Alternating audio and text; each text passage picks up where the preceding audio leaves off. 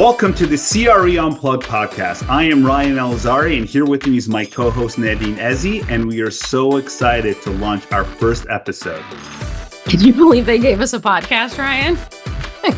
Yeah, are we excited? They made a big mistake. Huge mistake. But seriously, what does this mean to us? We're pretty psyched. Industry and commercial real estate is at a total critical point right now. And we feel that there was no better time than to start this Unplugged podcast. We're going to get raw, we're going to get real, and we're going to have honest and open conversations with professionals who are in the front lines of the industry. You know, Nadine and I will also give you a glimpse of what is going on in our personal lives because we are narcissists and we love talking about ourselves. Sure do. But really, we would also love to talk about how we are navigating things in our personal and professional lives because we know you can relate to that too. Awesome. So let's get at it. Enough about us. Nadine, I would like to introduce you to today's guest. Mollie Eisler is the Vice President of Technology and Innovation at Almanac Realty Investors, the private real estate firm at Neuberger Berman. She spearheads efforts within the Almanac portfolio to adopt and implement new technologies, improve internal processes, and drive innovation. Mollie also leads the firm's portfolio-wide data initiatives and chairs the Almanac AI Task Force. Thank you, Mollie, for joining us today. We are so pumped to have you as our first guest. Thank you. Well, I'm so honored to be the first guest. It's a pleasure. And, Ryan, Nadine, thank you so much for having me. I'm excited to chat. Thanks so much, Mollie. Well, let's talk a little bit about yourself and walk us through your career journey.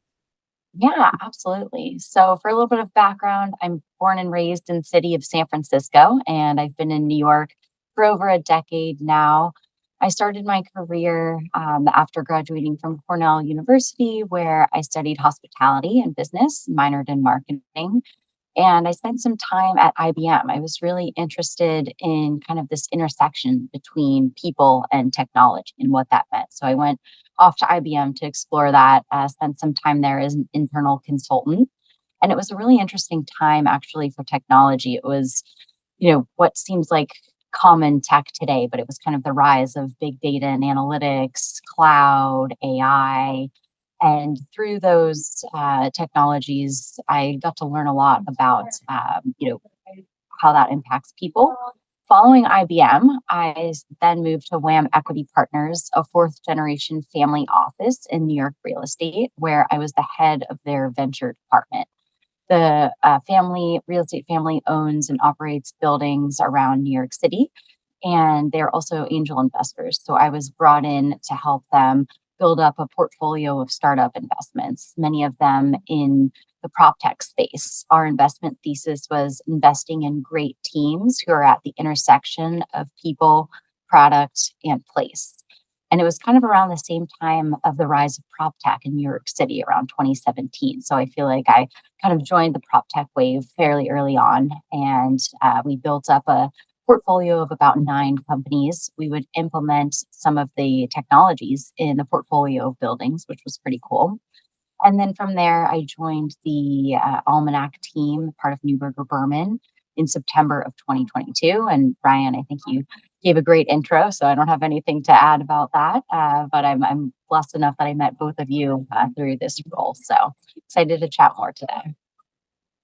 Mollie, what I love most about your career is that it's taken a couple of turns, right? Yeah. Starting out in hospitality, and then, heading into, prop tech, and now to where you are, first with IBM and then into prop tech. So I got to ask, I think I know the answer to this, but I don't want to guess.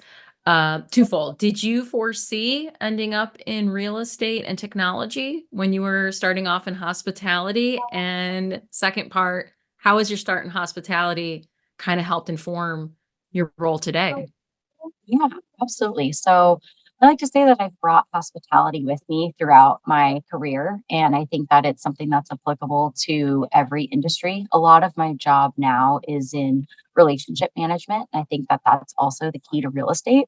So throughout my journey, certainly hospitality has been at the forefront of how I, interact with my teams and stakeholders. So it may be a a bit of a surprise that I ended up fully in real estate, but I think the seeds were kind of planted early on. And, I've been able to leverage my hospitality background and technology background throughout the way.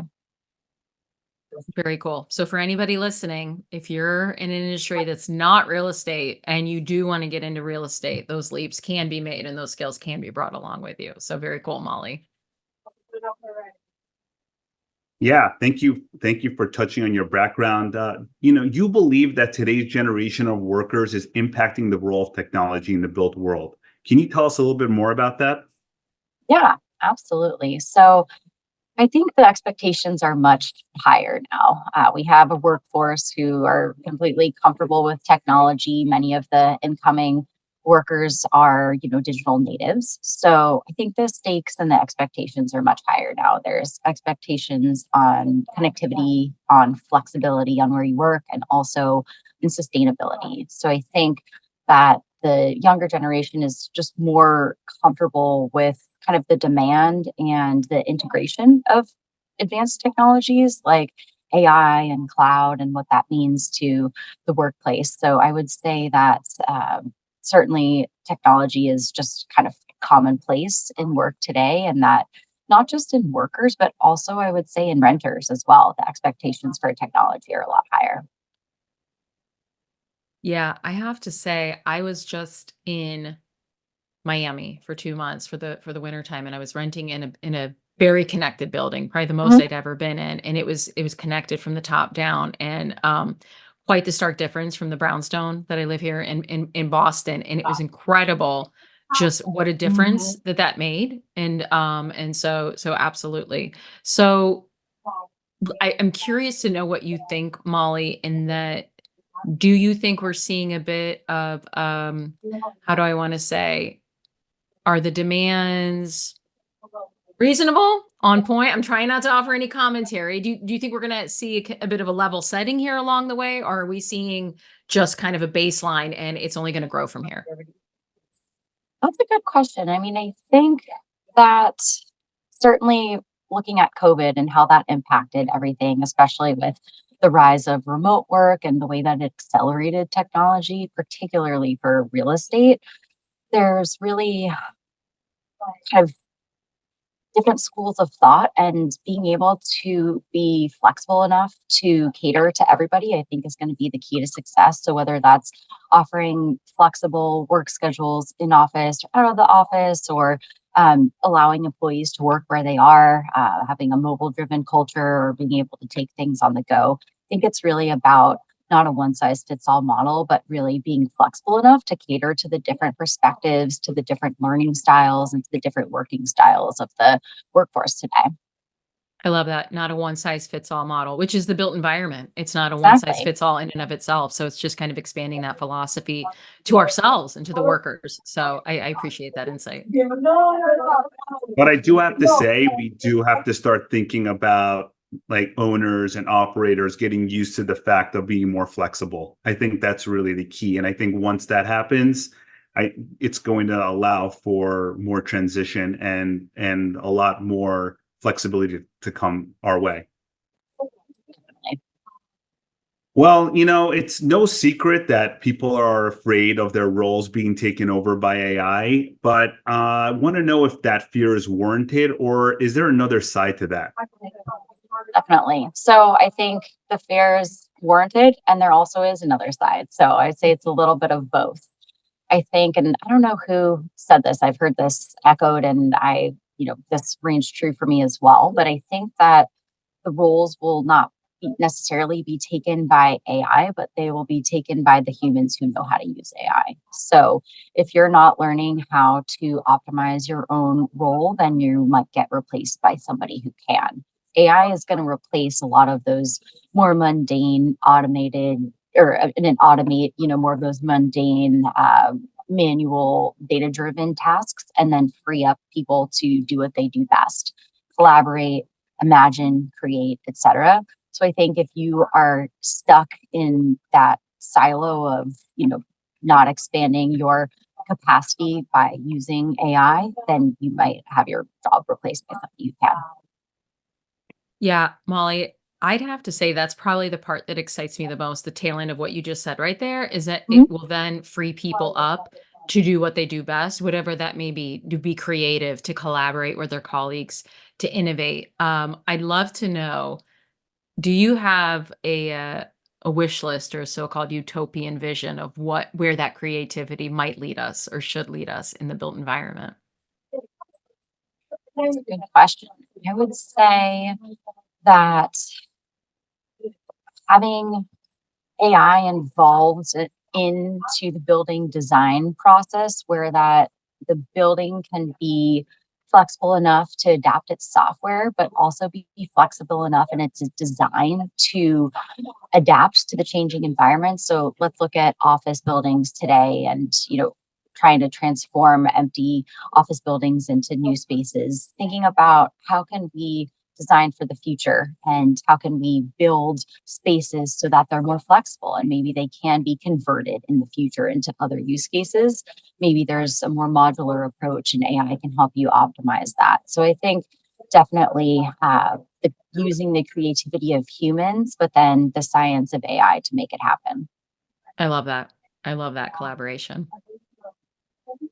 Yeah, and to harp on what you just said, I do think there's other areas that human creativity and AI can accomplish a lot of problems that we're having with the affordability crisis, like climate change. I think there's just so much there that AI and humans can work on to really solve those problems that we're facing. Definitely. And I mean, AI can process faster than humans. So let's leverage AI to do some of that work for us, but then, use humans to ingest that information and synthesize it and analyze it and critical think on what that could look like in the future. Totally. Totally. I can't wait for that. One of the risks of relying upon AI is the inherent bias in its output. But do you believe that AI could be used to identify bias? And can you please elaborate on that? Yeah, absolutely. So I think maybe taking a step back, it's interesting to look at the history of AI. So AI is, and the idea of artificial humans, intelligence, et cetera, is not really a brand new thing, despite all of the kind of recent hype in the past decade. And even looking into like Greek mythology or the early 1900s and the role of technology and what that means, I think that is something that's transformed our society and moved along our society in the same way that bias has. And so if we think about these systems and just train them on kind of the status quo, then those systems are going to be biased as well. So I think, and even in the earlier days of I think of this example of the early days of facial recognition. And there was an MIT grad student, and she did a study on facial recognition. She was a Black female and found that the technology could not recognize her face. And she bought a white mask and put the face on, and it was able to recognize her face. And so through that, that kind of unearthed this whole analysis. And some of the major players like IBM, Microsoft, Amazon, et cetera, they all had this bias baked into their model. Racial biases, gender biases. I think something there was the statistic was like only the the AI only got it wrong like less than 1% of the time for lighter skinned males in the facial recognition space. So I Wow. think that's one of the dangers of thinking about bias in AI. And that's when we just trained AI on kind of the status quo. So I think what we need to do is be proactive and train the AI on what the types of biases there can be and have that be part of the development. So getting diverse perspectives in the development, in the testing, in the production of it.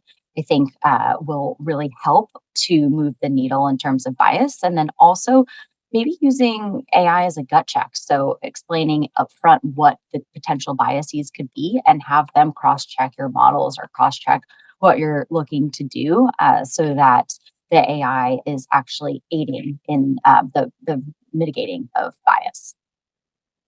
What I think I'm hearing from you, Molly, in the last couple of answers is that I think there's this really critical intersectionality between artificial intelligence, having it work for us to the truest forms of its potential, as well as the advancement of DEI in our Yes. industry, right? The more I'm hearing this, in order for us to combat that bias, right, we're going to have more and more diverse data points. And in order to have more diverse data points, we're going to have more diversity people working in the industry, occupying the industry, collecting that data. And so what I think is totally exciting and fascinating about this is just this natural convergence between all of these trends that we're seeing within our industry, and how actually it's not just altruistic, it's actually quite necessary, right, for us to figure out a way to plug these puzzle pieces together. So I think that's totally insightful that you've raised this, and how not only because everybody's talking about, oh, you have to be aware of the inherent bias in utilizing AI, and you're like, true, but we can train it to identify that bias. So it's a bit matrixy for me, Yep. but I dig it. I Yep. dig it. I think also just as an aside, we can train AI on sustainability practices as well. So maybe there's some bias in the way that something is modeled, or uh, plans for buildings, et cetera, and being able to key in what are those sustainability levers that can be pulled, and have actually the AI recommend that as well. I think that that's kind of an additional application to the built world. Right. So predicting for us where it makes most sense to, in your words, pull those levers, and where Yeah, we might be able to have, the more impact, so to speak. So very cool. exactly. Yeah, it's definitely exciting days to come with the advancement of AI. Molly, you and I, we always see each other at conferences, and I'm so interested to know what prop tech innovation trends you're hoping for to see in the next few years.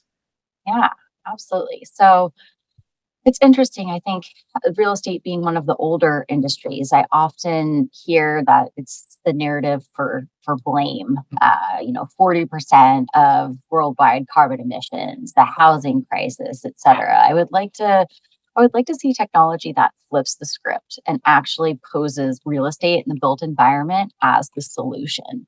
So, how can we use real estate to help offset carbon emissions? I actually read there was an interesting Wall Street Journal article about Chat GPT using 10 times more electricity than a regular Google search. And if we continue on this path, we're going to use up, I think it was like quarter of the country's power by 2030. Ooh. So compared Wow. with, we're at 4% today. So I would like to see AI be used to determine how real estate can come in and be the solution to offset the power. Maybe kind of apply that approach to the affordable housing crisis, or even the next pandemic. How can we leverage the built environment, which is not going anywhere, and flip the script about how it can actually be the solution to a lot of these larger problems? So I know that's a bit of a vaguer answer, but I think that there's all of these really important global issues that can be actually solved with real estate. Molly, I'm so glad you raised this, and I feel like I start every one of my responses to your answers with that. But that being said, I like to hear it. to your point, the built environment is the world's largest asset class. It's not Yep. going anywhere, right? It's where we live, it's where we work, it's where we sleep, it's where we gather. And so I think that's what we need to be doing right now. To your point, I think we need to be thinking audacious. I think we need to be thinking big, because I do think that artificial intelligence is that audacious technology that can actually help us make these things possible, right? So how can we be servants to our occupiers, right? Or to anybody else, and like you said, flip that narrative and flip that script. I might be a bit more optimistic than others, but I do think that there's a good chance we're going to see that, at least in our lifetime, and that hopefully our future generations can build upon that. No pun intended. Hey there, CRE Unplugged fam. We would like to give a huge shout out to our sponsor, the Game Changers over at Hilo, the customer experience platform for buildings that's turning heads in the real estate world. That's right. Can we talk about how Hilo is transforming the way we manage properties and create unforgettable experiences? Ryan, what's the first thing that comes to your mind when you think about Hilo? Well, Nadine, it's all about reducing friction in property management. Hilo is like the magic wand that makes everything seamless and efficient. Say goodbye to those time-consuming tasks and hello to streamlined operations and communications. Efficiency is crucial, but what about personalized experiences? Hilo takes it to the next level with a vision to tailor each interaction to the needs and preferences of its customers. And let's not forget the community aspect. Hilo builds vibrant, connected communities. It's fostering a sense of belonging and togetherness. Now, here's something that truly sets Hilo apart: their commitment to advancing ESG initiatives. They're not just about buildings, they're about making a positive impact on the environment. That's a win-win for everyone. So, to our listeners out there, if you're ready to elevate your properties, digitize and enhance customer experience, and maximize satisfaction, Hilo is the answer. Please visit hiloapp.com for more information. That's hiloapp.com.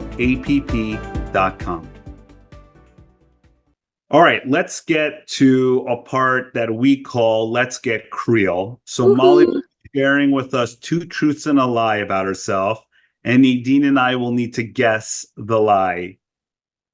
Okay, what you got for us? All right. So I am actually headed on vacation to the beach later this week. So I think I have kind of beach water relaxation on the mind. So my two truths and a lie are all about swimming in the ocean. So I have swum with sharks, I have swum with dolphins, and I have swum with stingrays. Wow, you're giving us Wow. theme-based two truths and a lie. She came with a theme. Totally Got me to caught the me off beach. guard here. Dolphins, stingrays, or sharks? Woo! This is a Maybe tough she's one. reverse psychologying this whole thing and making us think the lie is dolphins. I don't know. I know, I was thinking the same thing, Yeah. right? I know, I was thinking the same thing. I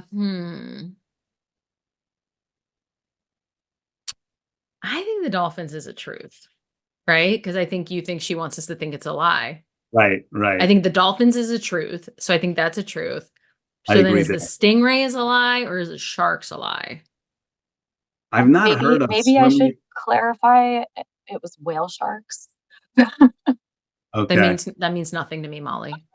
I don't know what. You know what, Ryan? I think the lie is the stingrays then. I'm just gonna say I think the lie is the stingray. Because I think you could swim with, no, you know what? I think you could swim with sharks, but the only time I've seen it is like that you're in a cage and they put you down there, right? It's possible. It's possible. Yeah. You're put in a cage and then you're put down there and you're swimming with them, but you're in a cage. Right. Yeah, I think I'm gonna go with the whale sharks. That's the lie.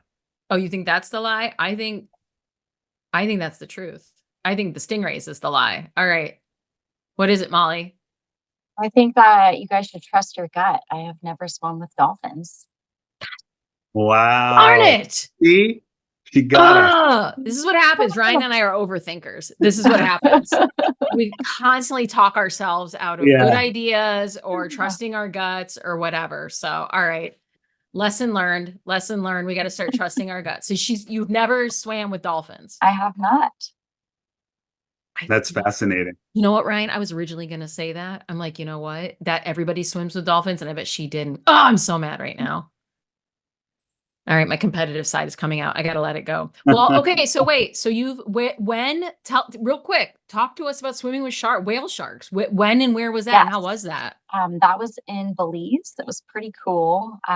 They are completely harmless and totally fine with humans, so no cage required. But I have seen that deep sea swimming with the sharks in a cage, and I have yet to do that. And then stingrays was in the Caribbean. Amazing. You know what's funny? I've been to Belize and I was out on a boat on some tour things snorkeling, and I had every inflatable thing on me because I don't know how to swim. But our tour guy was like, "Oh, there are these harmless sharks that you can swim with," and I was like, "I don't think so, pal. I don't think so. I'll stick with the little snorkeling over here." So that's literally awesome. what happened, and then we jumped in and swam with them. Okay. All right. Well, That's now amazing. I'm an idiot because I was like right there, and yeah. So anyway, well, I said that was true. I said her sharks was true.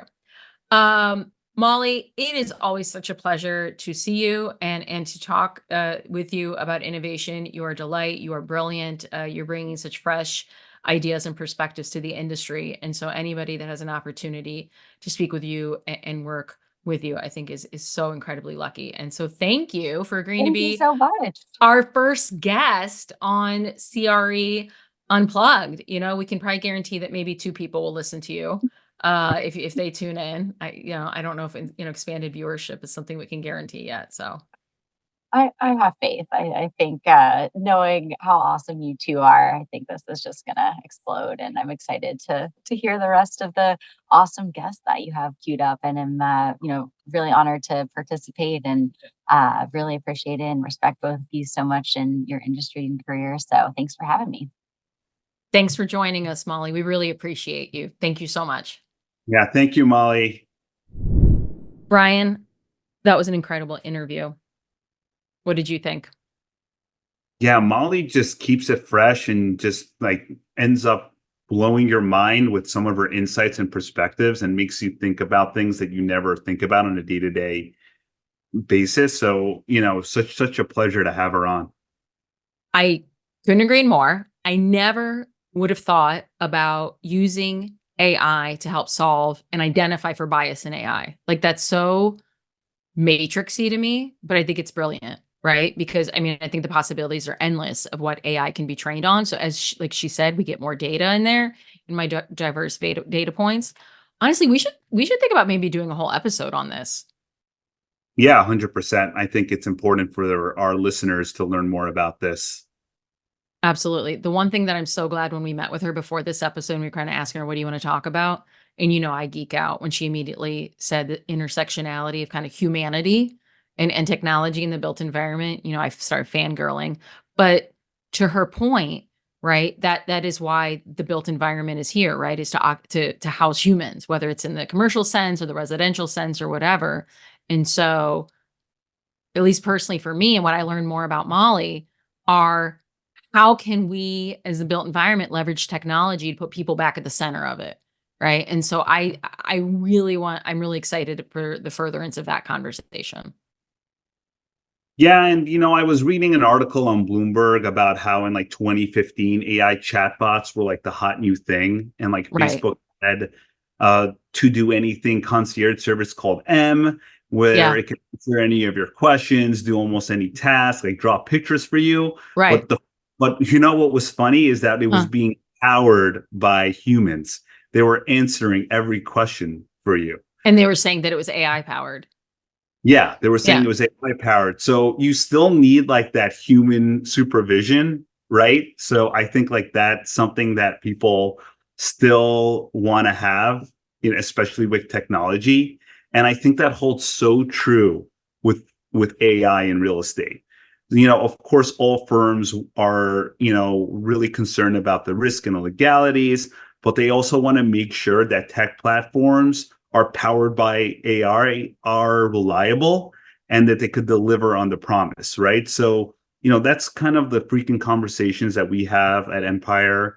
And, I guess what I want to say is that you need to be careful of companies overhyping AI abilities. 100%. Everybody wants to say that they're an AI powered company today, but they're not all. They're not. And so, Yeah. yeah, folks, you need to do your research. Have your tech teams, have your innovation teams do that research. If you don't have them, find some consultants that can help you guys out. But 100%. Yeah. And I'll leave it at this for that. But we talked about the fears that people have of AI kind of replacing their jobs and whatnot. And what I like, is the approach of using it as an assistant, right? You've got Microsoft Copilot, it's inherent in the name, right? And to use it as your own assistant, right?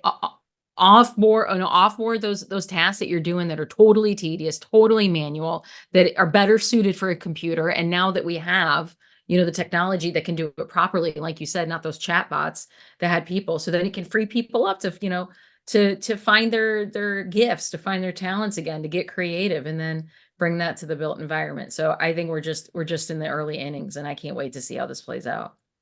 Yeah, you just need to have AI to be a complementary tool. You don't Yeah, need it to be a complete substitute. You exactly. that's what I think we got out of Molly is you want to still have the human element making the big decisions on a day-to-day basis. Totally. Totally. 100%. All right. Mollie Eiler, our first guest on CRE Unplugged. We did it, Yeah, buddy. well, that's all the time we have today. Again, thank you, Mollie Eisler. Please subscribe, rate, and review us wherever you get your podcasts. Yeah, and to our 2 listeners today, which are probably our mothers, thanks so much for tuning in.